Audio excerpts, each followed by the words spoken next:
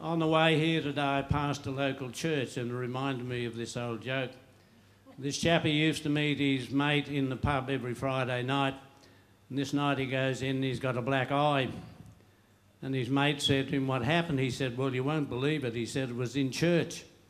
And he said, "Well, how come?" He said, "I was sitting in row 14 and Reverend said, 'Let's be upstanding and we'll sing hymn number 48. And he said, I happened to notice as the lady stood up in front of me, her dress was caught in the crack of her backside.